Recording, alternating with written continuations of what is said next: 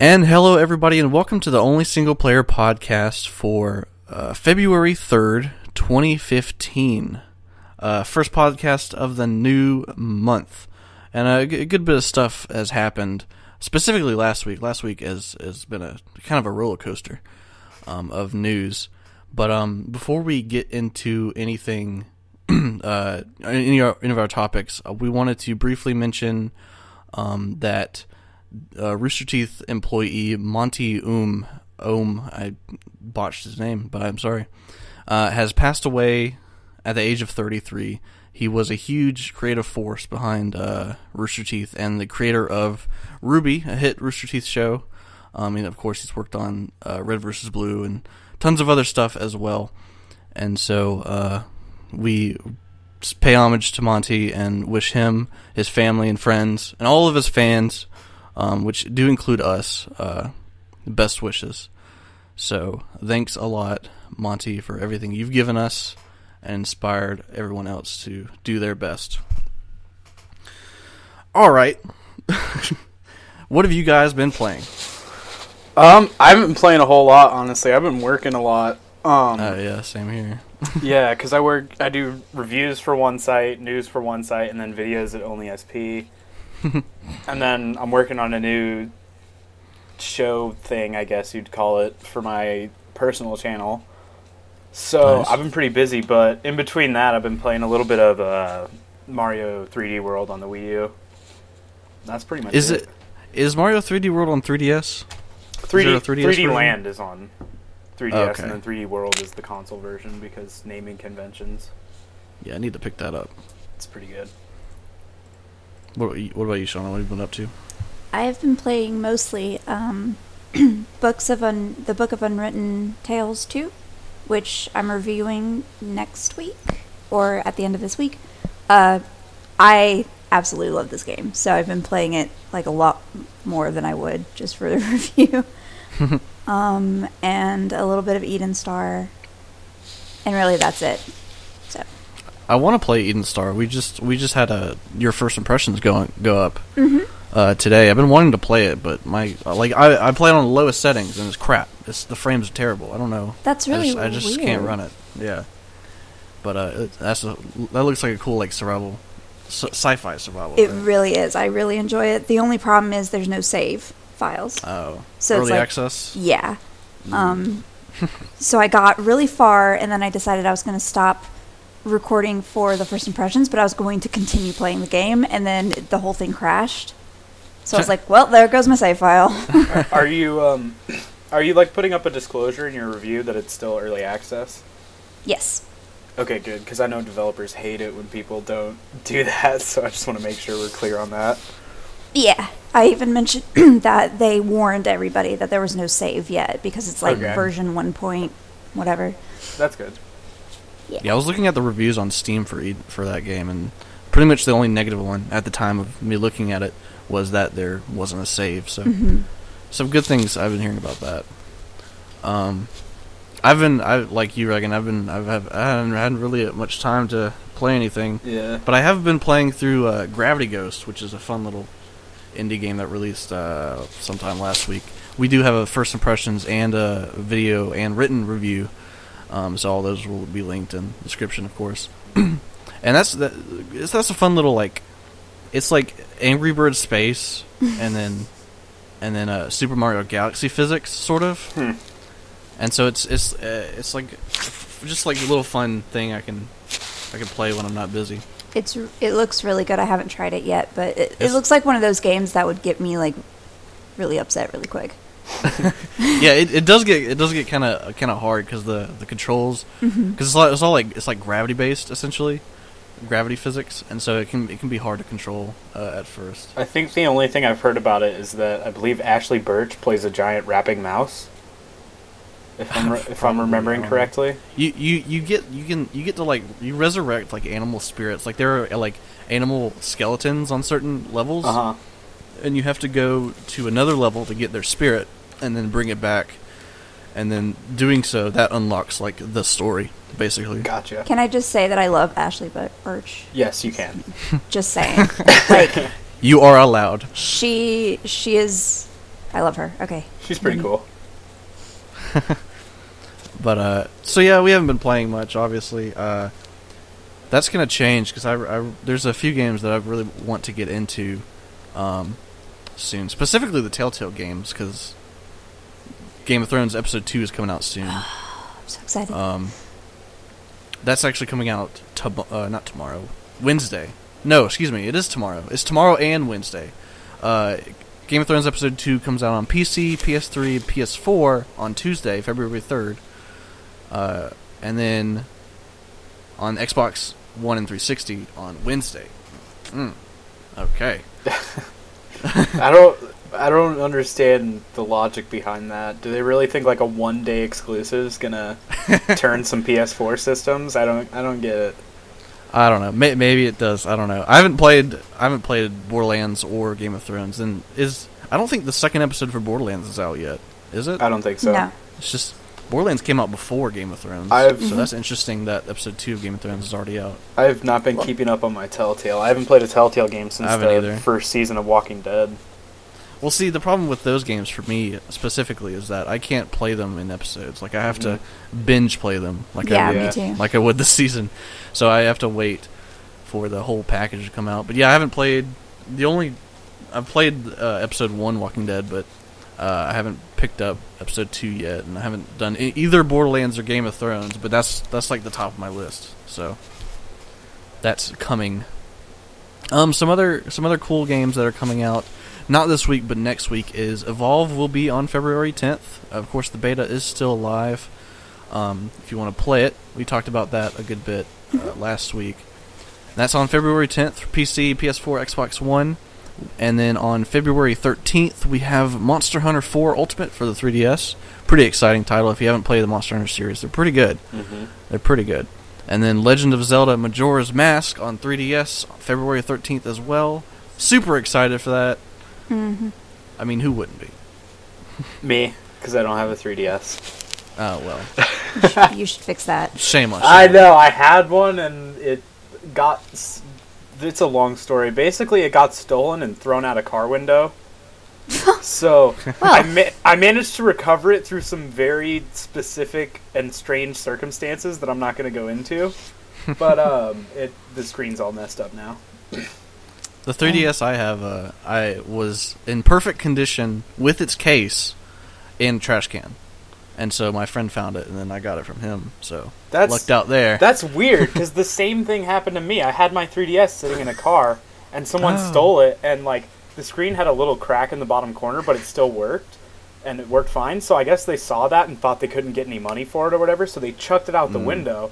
And a friend of mine happened to be walking down the street and found it and brought it to me. Nice. It was like, it wasn't near my house either. This was like 3 or 4 blocks from my house where he found it. It was surreal, but it doesn't work anymore, so it doesn't really matter. Oh well, mine's like brand new, like when it was found. So like I don't understand why someone would throw it out like that. Yeah. But oh well. Those are the games coming out. Nothing too big. There's SpongeBob Hero Pants coming out on 3DS, Vita, and Xbox 360. Oh. On February 3rd. I thought that was a joke when I saw that. The old SpongeBob games, like Battle for Bikini Bottom, and those were pretty good. They were actually really good. I liked them a lot. But I mean, SpongeBob always never disappoints. We don't discriminate here in OSP. If it's single player, we'll cover it. So, like I said, there's not much coming out, this week. Good bit of titles next week. We'll talk about that more next time. But one of the big pieces of news that dropped a few days ago was Nintendo making a scene in YouTube. Now, I should begin with saying that Nintendo has been making a scene in YouTube for a while. Nintendo doesn't like it when their games show up on YouTube and they're monetized. They're notorious for copyright claiming videos, getting them taken down, etc. And so they finally found a solution to their problem by creating the Nintendo Creators Program, and I actually have it up so I can give you the actual stats. So what this is basically is that if you make Nintendo content first party only, like Mario, Zelda, not Pokemon. Pokemon's third party. If you make Nintendo content, you have to be part of this program. And the short version is that they take your money. You get 60% of the income. 70% right. if you 70% for channels. channels. Yeah, if you allow them to collect revenue on every video you make, regardless of its content. Right. So if you're a dedicated Nintendo channel, you get 70%, right. 60% per video. If you're not, right. So, people are just going to be like, no, I'm just not going to play the game. Like, right. That's the exactly. thing. Like it's a crutch for smaller channels who want to cover it, and for bigger channels, Nintendo just dropped themselves off the radar. No one's going to put all the effort in. Mm-hmm. Like, no large channel is going to put all the effort in. They've got plenty of games they can cover. They don't have to cover Nintendo's games, so they've really shot themselves in the foot on this one. Mm-hmm. Yeah, so let me actually go through the registration rules for this program before we actually, discuss it a bit.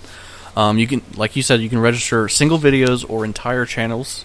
When you register a channel, you're eligible to receive a share of advertising from Nintendo for all videos, not just Nintendo.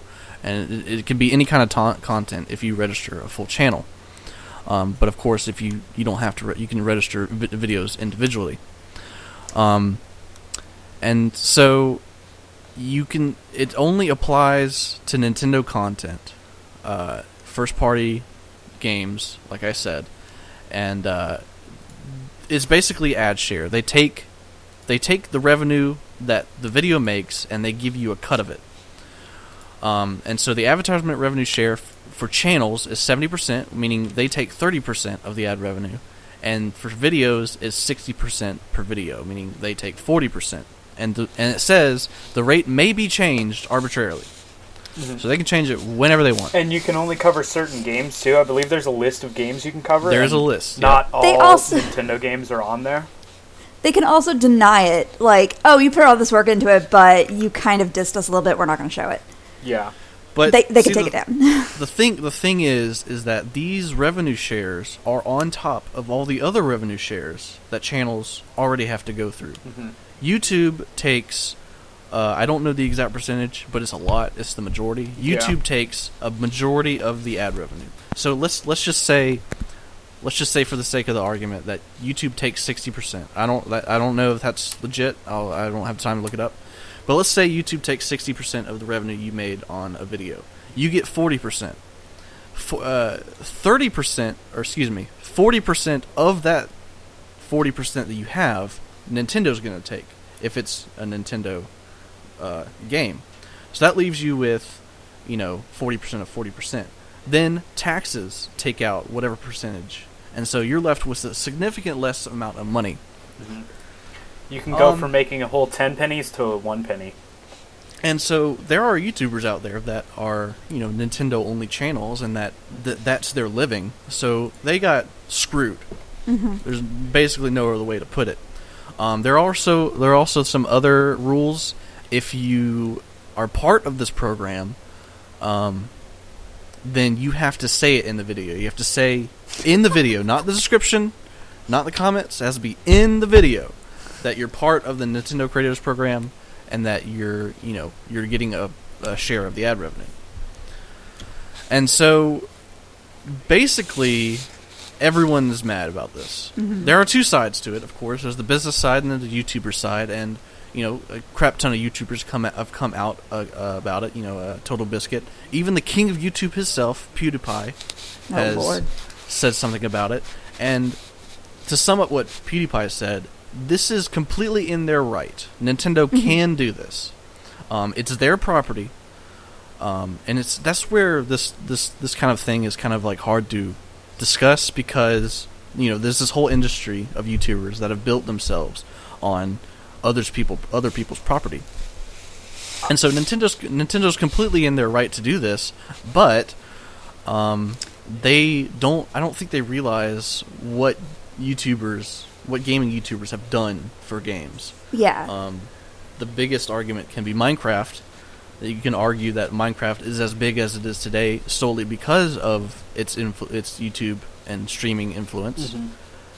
And so, pretty much on the YouTuber side of things, all this is doing is making people not do videos on Nintendo games anymore.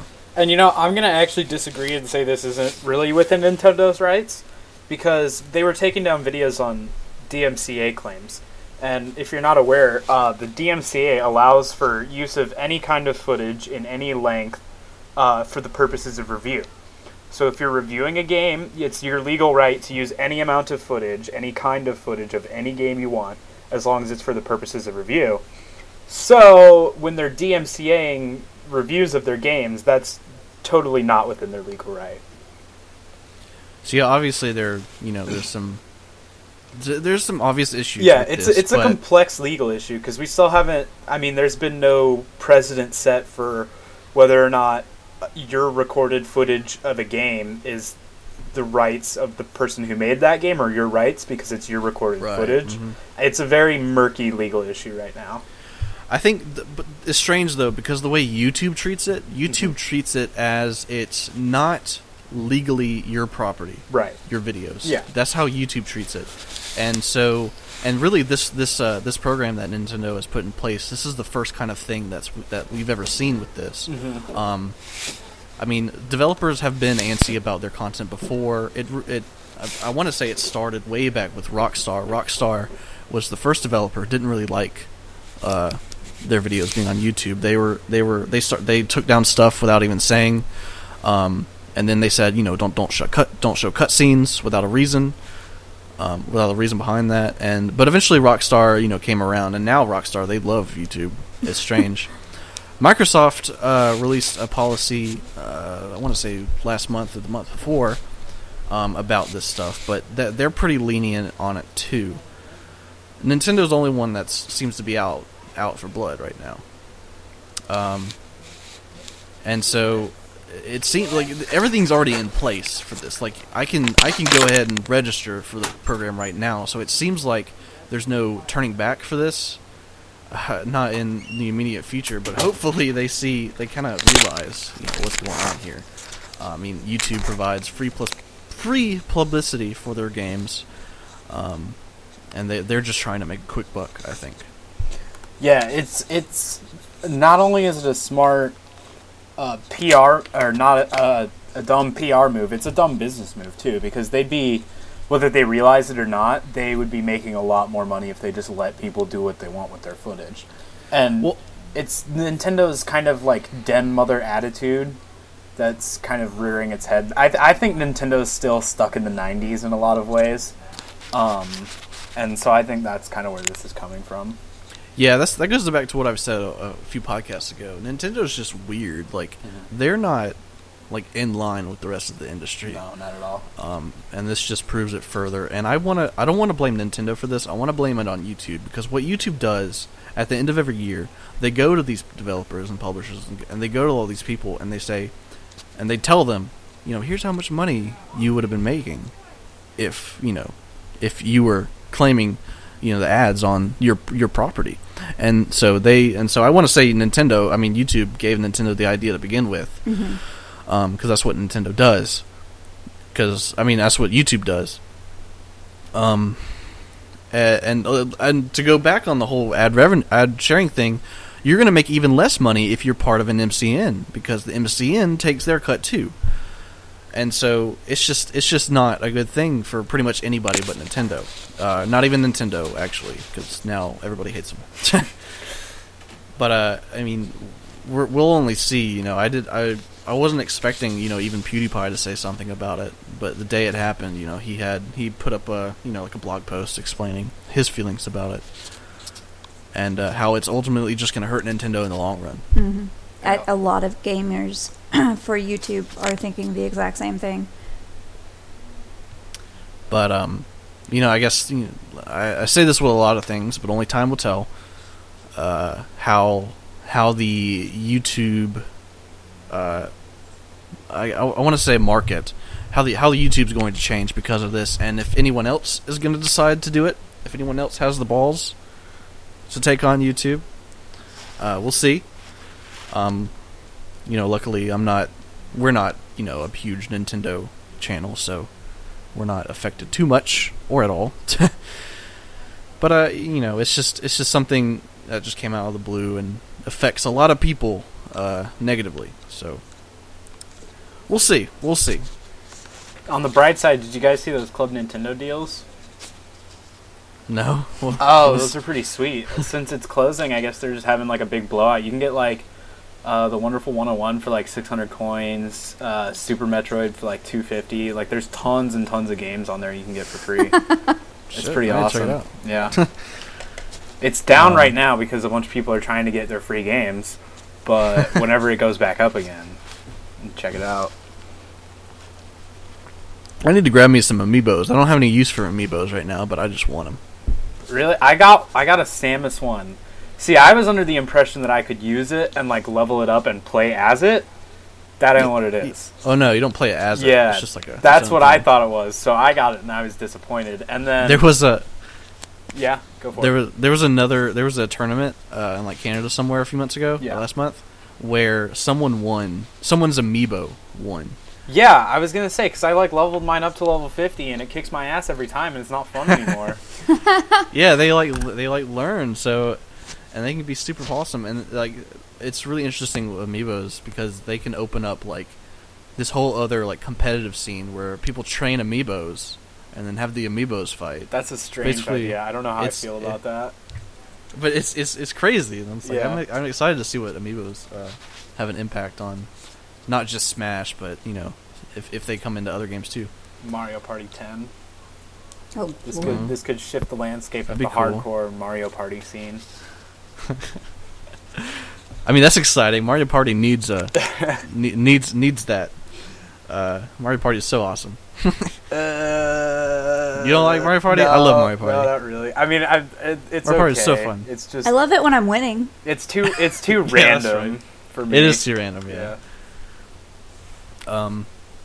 So we've talked about some of the games coming out soon, which aren't much, but there have been a good bit of games that have come out since the last time we recorded. Metroid Prime Trilogy, we mentioned before, did release on January 29th. I didn't get it. Anybody played it? Nope. Yeah, I don't have the means to.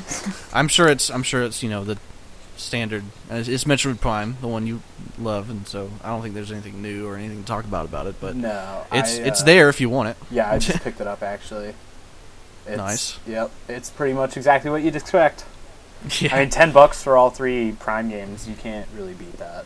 Totally worth it. Yeah, there's no way it's not worth it. There is no single better purchase you can make if you own a Wii U. There really isn't. Another, probably the biggest game, I'd say, of the month of January was Dying Light released last week. I haven't got the chance to play it, but I really want to play it. And basically what I've been hearing about it is that it is a good Dead Island. Which makes me happy, because Dead Island was not good. Yeah, I have a review of it. I think it's the lowest rated game I've ever reviewed. I tore into it. I hated that game. So plus Dead Island? Yeah. Okay. And I mean, I didn't hate Dead Island, but the one time I played it, it was me and 3 friends. We decided to all get it and play it together. And I think that's the only reason it was fun, is because it was co-op. Probably. And I played it with my friends. Yeah. But, I mean, there's a lot that was not good about it. Even when I played it with a friend, I still just got bored to tears. I think I gave it a 2 out of 10, if I'm remembering correct. Oh, God. I didn't like it. And plus the PC version was poorly optimized and it glitched. I had one glitch where every time I quit the game, it would delete my progress on every side quest. Jeez. So, I would gather up side quests, because the game has a ridiculous amount of side quests. So I'd gather up side quests and go out and start completing them, and then once I'd completed a bunch of them, go turn them in. So, I'd go out and complete a handful of side quests, quit the game, come back, and have it all be deleted. It was really frustrating. my experience with Dead Island, I remember, was there was one friend in our group of 4 who always ran away and then took all the loot. All of it. That guy. And so the whole game we're yelling at him, and then I had another friend who took all the the blueprints for weapons and stuff, and then didn't mention where they were, and just like assumed we saw him too. So he would show up with like a flaming sword, and I was like, "How do you have that? How'd you make that? What is that?" And I was like, "Oh yeah, it was that blueprint like 50 levels ago." And I was like, "Ah." So that was my experience with Dead Island. But Dying Light seems to be, a lot of people saying it's pretty fun. There is co-op and there is a multiplayer feature. What I think the multiplayer is DLC. Is that base game? I don't know. I don't know if the multiplayer is base game, but the co-op is base game. And I haven't been able to play the game, but if either of y'all have played the game, tell me what you think. My boyfriend's been playing it and keeps telling me that I don't want to because it's kind of like scary in the sense of anxiety. Like it's very anxiety driven. They go so far as to have like zombie children, like toddlers. Oh god. And you still have to kill them. Like they don't let up at all with this. This is like the zombie game. Like like that Dead Island trailer that made everybody hyped up. I remember the space babies that everyone made a huge deal about in Dead Space.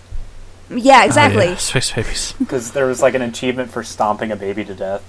Oh my goodness. I thought that was pretty funny because I have a really dark sense of humor, so I found it hilarious.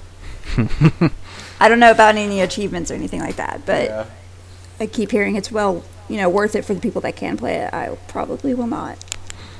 Yeah, for me, it looks like a good gameplay experience. Like it seems like it's fun to actually play. Mm-hmm. I won't care that much about the story regardless. But and it seems like it's long. That's what I've been seeing. Yeah. And it does track your progress in the story. And I've been seeing posts like play the game for so many hours today, and then saw the progress bar. It's like 2% story. It's like whoa, that's awesome.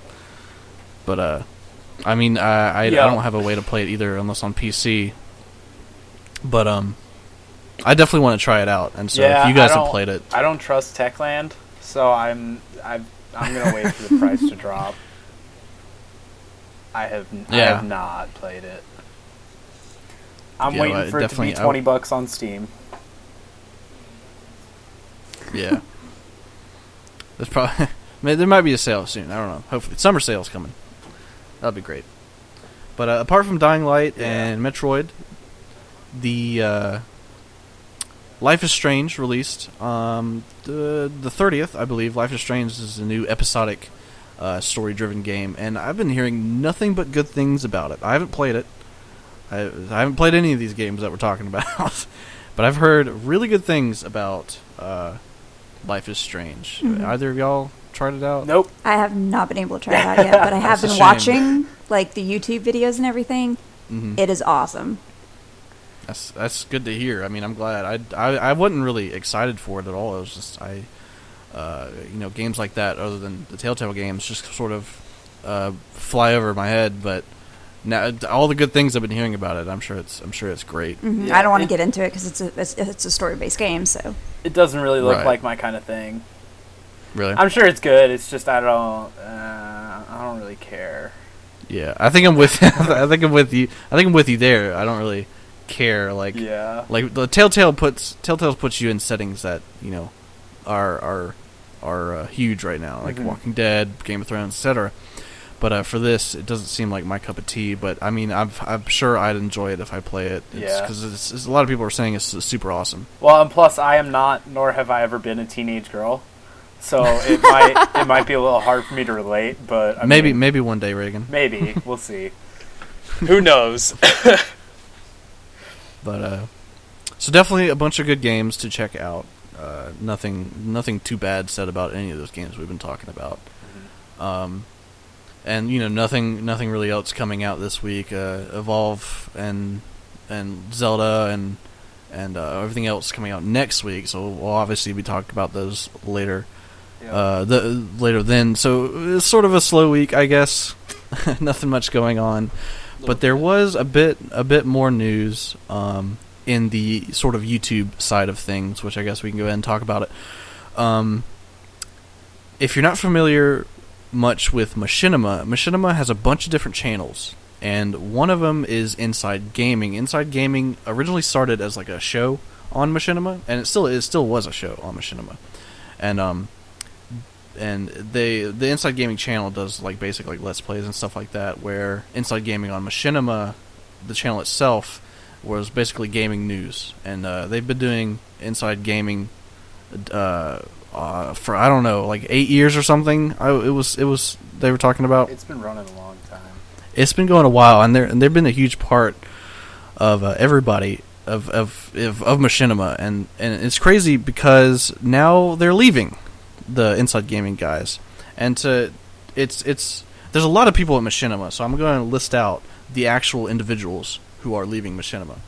That'd be Adam Kovic, Lawrence Sontag, Bruce Green, James Willems, Joel Rubin, Sean Poole, Spool, and Matt Peak. And they all quit Machinima. Last Friday was their last day.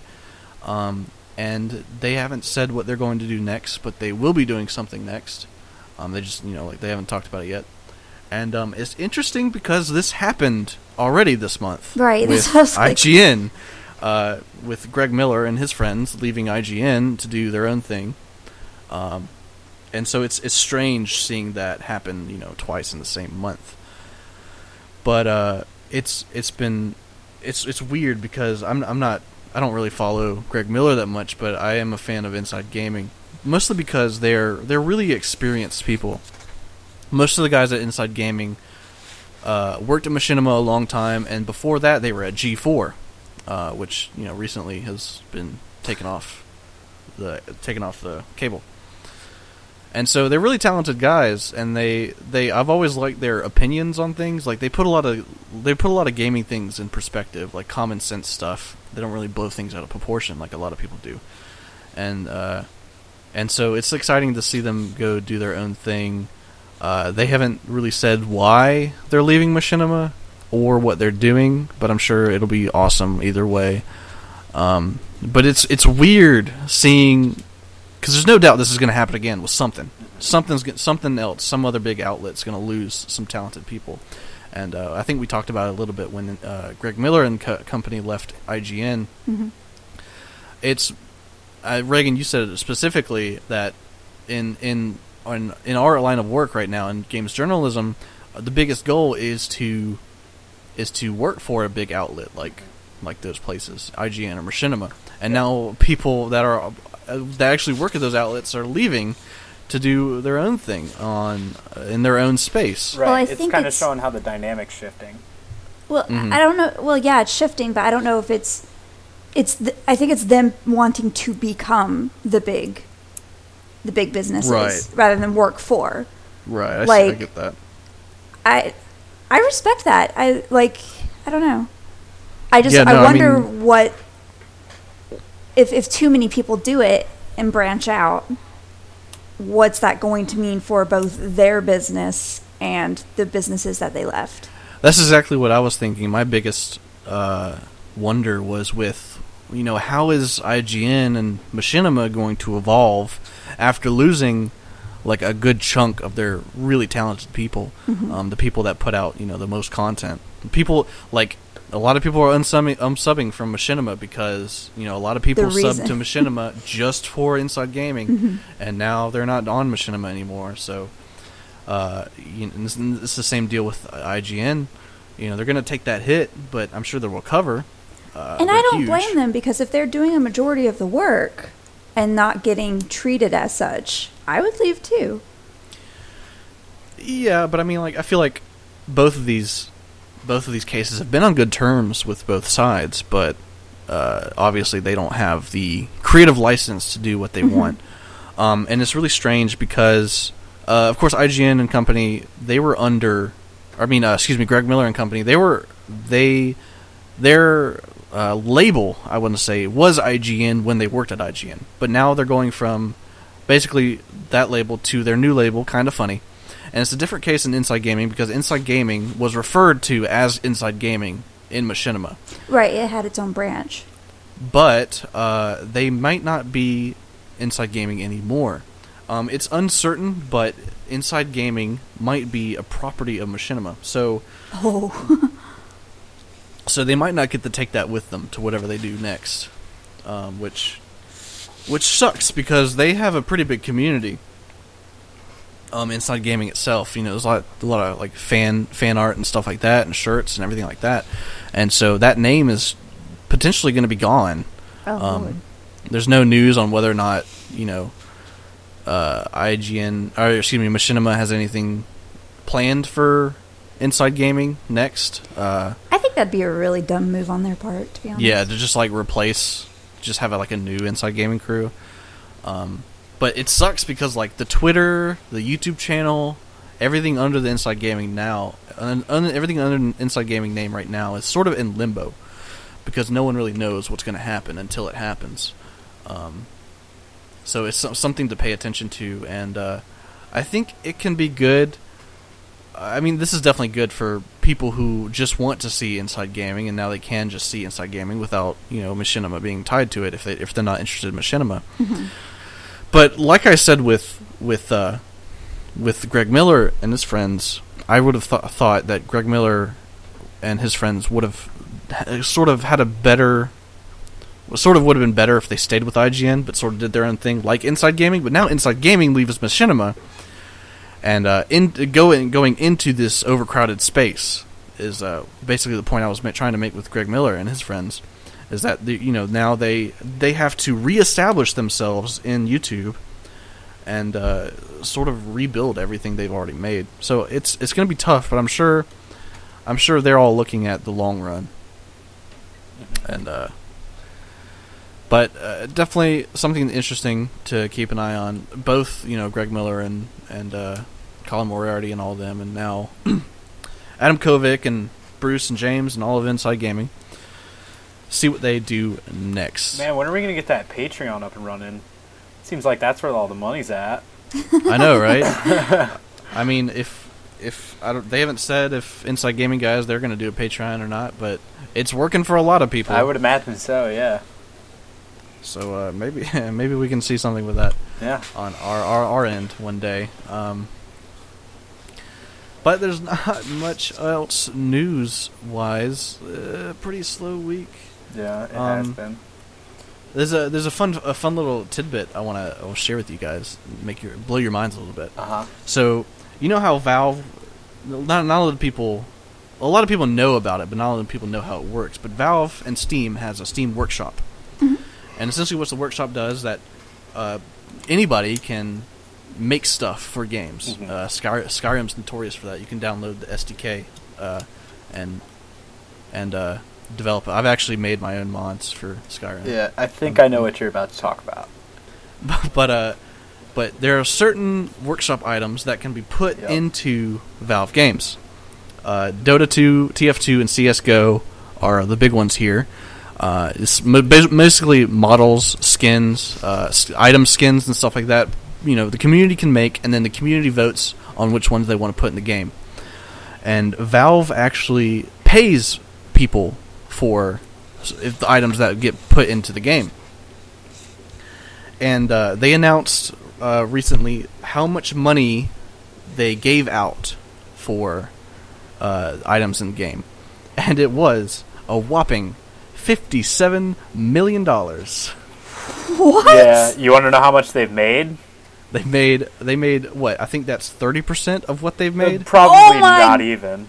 God. Because I think what it is it's the creator gets 30% revenue from their item. I think that's the percentage. Yeah. So that's 30% of what was made so total. Multiply that times 2 and add 10% to it, and that's what Valve made. And Valve is just sitting on their butt, taking all this money in. Yep. It's just something I thought was crazy. It's like its own industry. Oh yeah, well, almost all of it comes from Counter-Strike Global Offensive too. That is Counter-Strike skins are an industry of their own. Counter-Strike betting has is blown an industry of its own. up. Yeah, there's gambling now on CS:GO. I know, and there's I lost all my skins a few weeks ago. Oh really? I made like $30 on a match the other day. That was pretty nice. But I was winning, and then Nip lost to LDLC. And that was a really good match. That was a good match. They played on cobblestone of all matches. I know, right? But then there's been a huge scandal at like the highest levels of professional people CSGO play with people fixing so matches and dumb. betting and stuff like that. It's a crazy huge industry. Essentially, what they're doing there is like with CS:GO Lounge, anybody who has who has value in skins on CS:GO, they can bet their skins on matches, and then there are odds between the two teams, and you can get a payout or you can lose. It's basically like horse race gambling. Yeah. However, there's been this scandal where professional teams are betting, or like say there's two teams playing, and there's the 90% chance this team will win, 10% chance the other team will win. The 90% team, they'll bet a crap ton of stuff on the losing team, and then they'll throw the game. So they make a ton of money, yeah. So they make a ton of money, but it's not worth it because the max payout in CS:GO Lounge specifically is like 800 or something like that. I mean, that's still $800 in your pocket. Yeah, but that's throwing away your career. Yeah. Well, and here's the thing, too. The thing is, we're not even talking about, like, low-level teams. That wouldn't surprise me. We're talking about, like, the top teams in the world are doing this. And Valve has already set the precedent for this. They banned, I don't know what team it was, but they banned full team. They banned, I believe, from it was the CS:GO. second highest-rated team in the world. The whole team got banned. Jesus. Yeah. Yep, banned from CS:GO for life. And so hopefully that sets the precedent for other people doing this. But there's been some other, it was like, I can't remember the names, but some other people have been doing this too for only like a few $100 payout. And I've lost bets on thrown matches before. Let me tell you how frustrating that is. That sucks. Yeah. I wouldn't deal with it. It's obnoxious. Yeah, CS:GO has just blown up in the past like half year. It has. I'm super happy it has too, because it's one of the best games for it with how mechanically deep it is. Yeah, it's competitively really well. It's well organized competitively. Definitely. And it's very skill based. It's 100% skill based. Definitely. And so between CS:GO skins, TF2 hats, and Dota 2 models, then Valve is raking in the money, man. Yep. And I bet you at least 70% of that was CS:GO. I don't doubt it. I don't doubt it one bit. CS:GO is so much money. I bought the Vanguard pass the other day, so I can start doing the missions. I only play Dust 2. And like a little bit of Mirage every now and then. I play those and Nuke, but I can't play Nuke anymore because it's so stupid one-sided. Oh, it really is. But I hate the what is it on that banana spot in Mirage? Oh yeah, is obnoxious because people just spam grenades down it, and you don't have enough pick angles. Oh, it's the worst. Shauna, do you have any idea what we're talking about? Yes, I do. I like it. I like when you guys get passionate and angry. It's awesome to just sit back and listen. Yeah. Yeah, CS:GO can be frustrating. It very, very. I've been playing a lot of Workout, which is the Vanguard map. I don't know why. It's just been interesting. Oh, I think I saw a video of that map. It looked cool.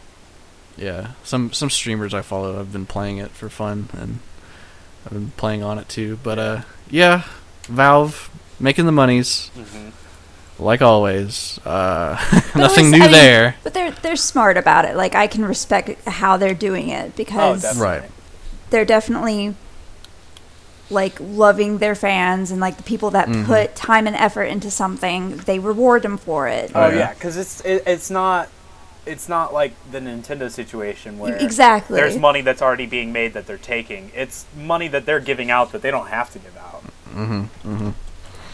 And so that's I've always loved like the Steam as a platform because it has so many like options for everybody. Like, small time indie developers can put their game on Greenlight, even though Greenlight's sort of broken.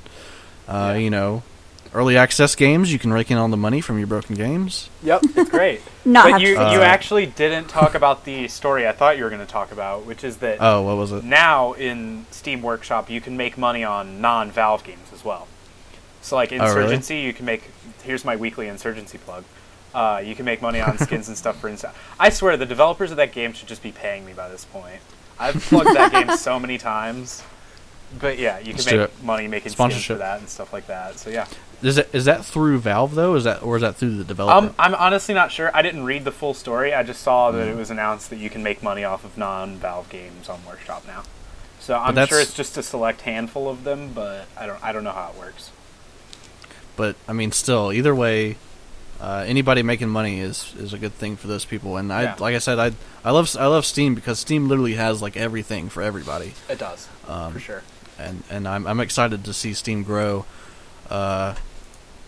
It just needs to work better on most days. Agreed. But I like Steam for what it is. I think, if Microsoft and Sony weren't too busy trying to make a game console that it isn't a game console, then they should look to Steam for some inspiration. Well, and I was talking to somebody about this on Twitter the other day. I don't remember who it was, but like I thought the advantage of consoles was that you could just put the disc in the console and play.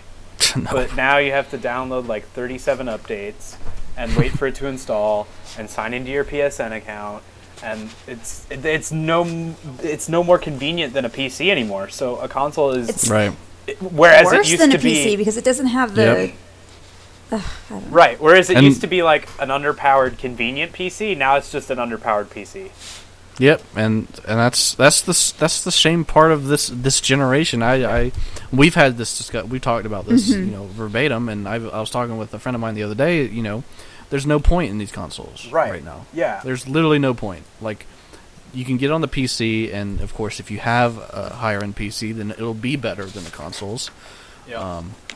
Well, and the other thing is there just aren't games for it right now. Like, I had a friend the other day. He was like, "I know you're going to tell me to get a PC, but I don't want a PC. So should I get a PS4 or an Xbox One?" I was like, neither. Get a PS3. Because there's so many more games, and, like, what are you paying $400 for?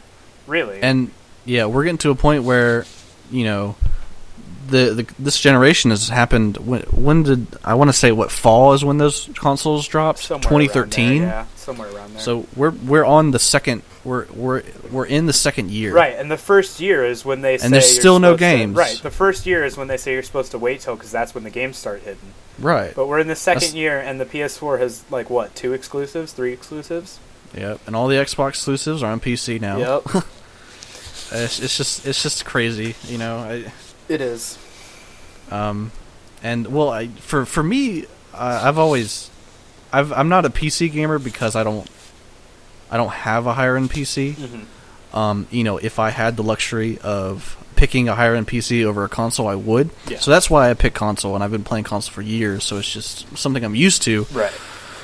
And so that's my opinion on it. I'm gonna get an Xbox One as soon as I can. Yeah. Just because that's my next step as a gamer. Right. That makes sense.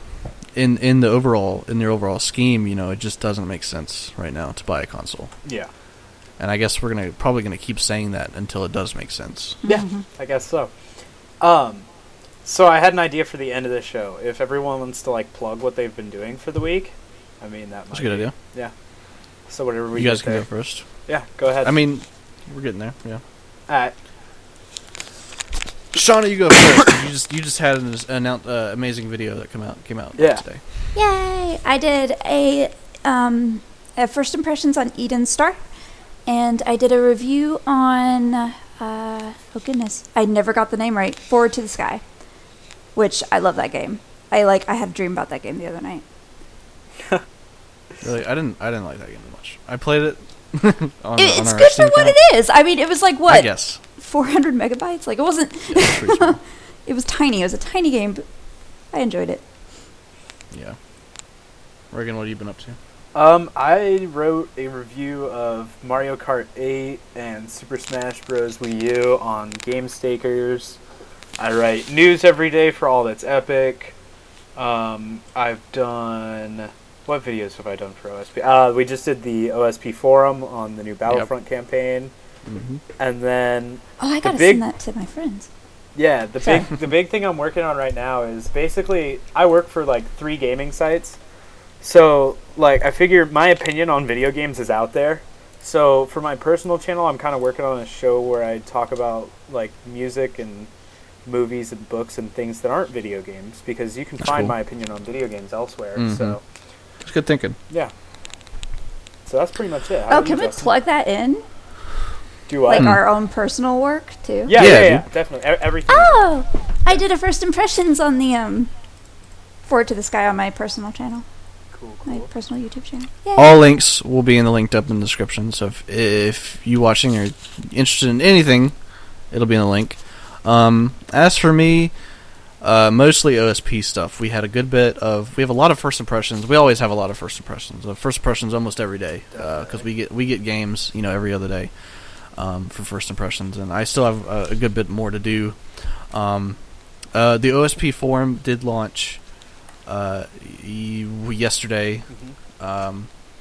That's exciting because that's the new show coming to Only Single Player. If you haven't watched it yet, watch it.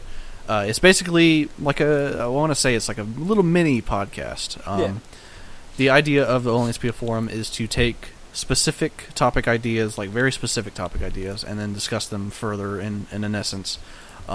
And so you'll see me and Reagan have took the new Star Wars Battlefront being developed by DICE, announced to release sometime this year. We talked about what kind of campaign it would have, and we talked about what we've seen from the previous games and what we've seen from DICE before, and what we'd like to see and what we wouldn't like to see in the new Star Wars Battlefront. So be sure to check that out. I worked on that all through the Super Bowl, so I was multitasking and mostly being disappointed that that interception happened at the end of the game where the Hawks lost the game. So screw the Patriots. I was too busy eating sushi. That's a good excuse. Yeah. I was trying to edit that stupid video. Yeah. But apart from all these first impressions, OSP, and this podcast, I'm sort of in a planning stage. I do have my own channel. Like I've never talked about it, but I have my own little Let's Play channel that I haven't done crap on, and who knows when. But I did a video on my channel a few months ago in GTA. It was like a GTA music video sort of deal, and it's it's basically like cinematic shots, I want to say. But when I get an Xbox One, I'm gonna get GTA for that, and so because that has a lot of new features where I can shoot the game easier. Yeah. And so I have a lot of cool ideas where I want to it's basically I can't explain it. It'd be make short films or sketches in the game. Yeah, short films, but they'd be set to music essentially. Oh, like music videos almost. Almost basically music videos. That's cool. But it's basically short film, and I've had blah blah blah blah. I've had concepts for a while, so but I've just never been able to. A music video with a story. Yeah, sort of that. That's a concept music video is the technical term. But yeah, I've had all these ideas. I've just never been able to do it well enough on the 360 version. Yeah. I'm the same way. I have all these ideas, and I just haven't had the means to do it. And then I see other YouTubers starting it. I'm like, no. Yeah. It was my idea. Like when GTA 5 came out on the current gen, excuse me.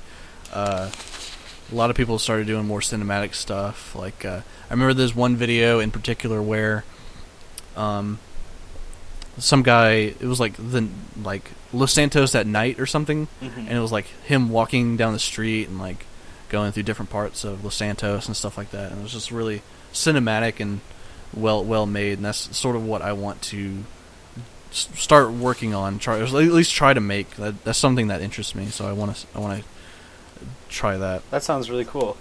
Yeah, I'm jealous of people who can make machinima because I have all these scripts and things written and ideas for short films, and then I'm like, oh, I have to light that before I can film it. I swear, if you didn't have to if lighting wasn't a thing, I could shoot and wrap a feature-length film in 2 days. It's ridiculous how much time lighting takes. Yeah, it's crazy how there's a lot of people who don't work in entertainment don't really understand the amount of work it takes to going into putting some things together. Oh, definitely. Yeah. And so it really does. It takes a lot of time and a lot of creativity, and it's crazy. It's just crazy, and it's awesome though in the same sense. Yeah. Because people can come up with super awesome. Oh, things totally. Being broke and blow trying your to make mind. films is one of the most frustrating and satisfying things in the world. Because once you figure out, oh, I can do this that way, it's such a great feeling. Yeah. But at the same time, oh, it's such a pain in the ass. I love it though. Yeah, it's a cool thing to be part of, definitely. Yeah. So that's what we've been up to, basically. Like I said, everything that we've discussed will be in the link dump below. Now I think about it, I don't remember doing a link dump for the last podcast. I think you did. I think I did. I don't remember. I remember seeing one, I think. Okay, Yeah, cool. I'm pretty Well, sure you did. and everything, and of course our Twitters and everything like that will be down there. And like I said, it's kind of a slow week. I don't think there's much else we can talk about. Witcher 3 Insanity Mode. Witcher 3 did announce that Dude. they have insanity mode, which will That's about be all. impossible. I'm so excited for it. Me too. I'm ready. That sounds I'm like ready. something that would be right up my alley. May Like, 19th. just if you mess up once, it just kicks you in the teeth and tells you to do it better next time. I love that. Yeah, doesn't it just... No, it it's wipes more- you completely. Yeah, it if wipes you have the to start from save. the beginning. Deletes your That's what I was save saying. file, yeah. It just That deletes your blows. save file off the console or PC or whatever. I love it. Yep. But yeah, that's actually 2 days. That releases 2 days after my birthday. So nice Sweet. little birthday present Yeah, definitely. for me when that comes around. What are the big games that are coming out soon? The Order comes out this month, I think. The Order 1886. Yeah, like February. I think it comes out right around the same time Evolve does, if not the same day. That next week. I'm actually gonna pull it up real quick. Yeah. So we got the Order, the Otter, Order 1886. Okay. That releases February 20th. Yeah. So 10 days after Evolve, but Gotcha. some big games coming. We're getting sort of into that season, Uh-huh. the spring gaming season. Where we can see a bunch of good releases. Yep. And then summer sale. Woo! Oh, Steam Summer Sale coming out soon, definitely. Where we can all spend all of our money on That we don't have cheap already. games. Yay. On games that we won't play. On games that I still don't have. That's what I did a week ago or so. I just went through and started playing games that I had bought over the years and have never played. Yeah, Yeah. I tried doing the other that not that long ago. I was like, oh, a cool idea for a show would be to try and review all of the games in my Steam library. And then I looked at my Steam library and I was like, shit, that's not gonna happen. Yeah, it sucks because the Steam sale comes around. It's like, ooh, this game is $2. Yep. I'll play it sometime. Yeah, and then you forget you buy it. Yeah, and it's just sitting there, grayed out in your library. Yep. Like It's like, 90% well, I wanna of the play other. it. Yep. But well, other than that, I guess I have been doing the Survival Diary too for Stranded Deep. If you're interested in that, basically it's a Let's Play. Because we don't have a lot of Let's Plays apart from the first impressions. Right. But as for what you can see at OnlySP coming soon, we did just drop a article on a new Unreal game Yep. called The Lost Pisces. And so that's pretty interesting. We're pretty interested in this game and see how it goes forward. So that article will be in the link dump, and there's going to be more parts to that coming soon. We have some big, most anticipated stuff coming out this month. This week in particular, we have Firewatch and I don't know the other one. Firewatch and Homefront: The Revolution. I'm actually pretty excited for that new Homefront. And I haven't Firewatch. really heard anything about it. Well, I like the first one, so. Yeah.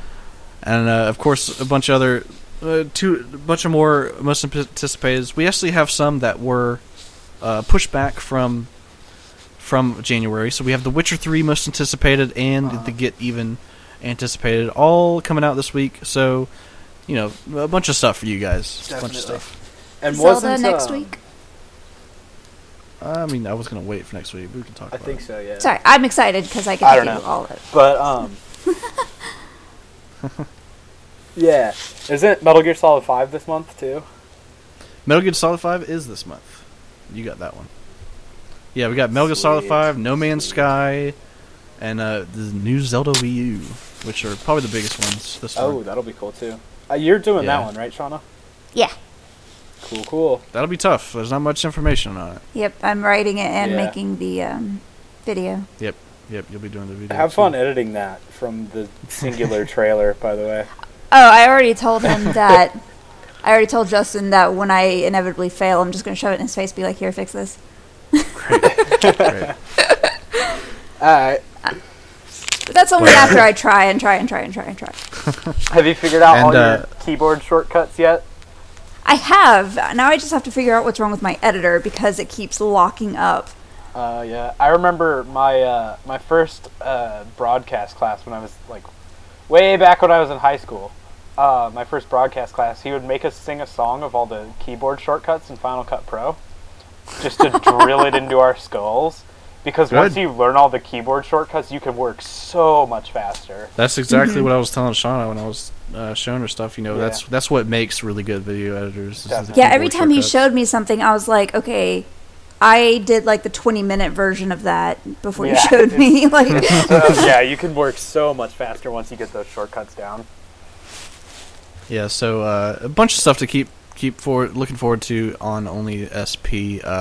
Between videos Greg and I were doing, Shauna, like we said, is doing new videos now, between first impressions and the most anticipated stuff. So plenty of content. The Only SP forum will be happening twice a week. You know, as much as we can. If it doesn't do well, then we'll push it to once a week. If it does really well, then we'll see about doing it more than twice a week. So be sure to check it out and let us know what you think about the forum. We really want to. Well, I like the forum mostly because I want to have better discussion about video games with more people. So that's sort of the point of the forum, is that we want to talk about games more than we do already. So please check it out. You know, let us know what you think. Most anticipated stuff, news, everything, anything single player you'll see at Only Single Player, of course, and. It's we got another podcast. I'm Justin Wessinger. With me, Reagan Cox and Shauna Beeson. hey. See you later. With podcast crew. Till next time.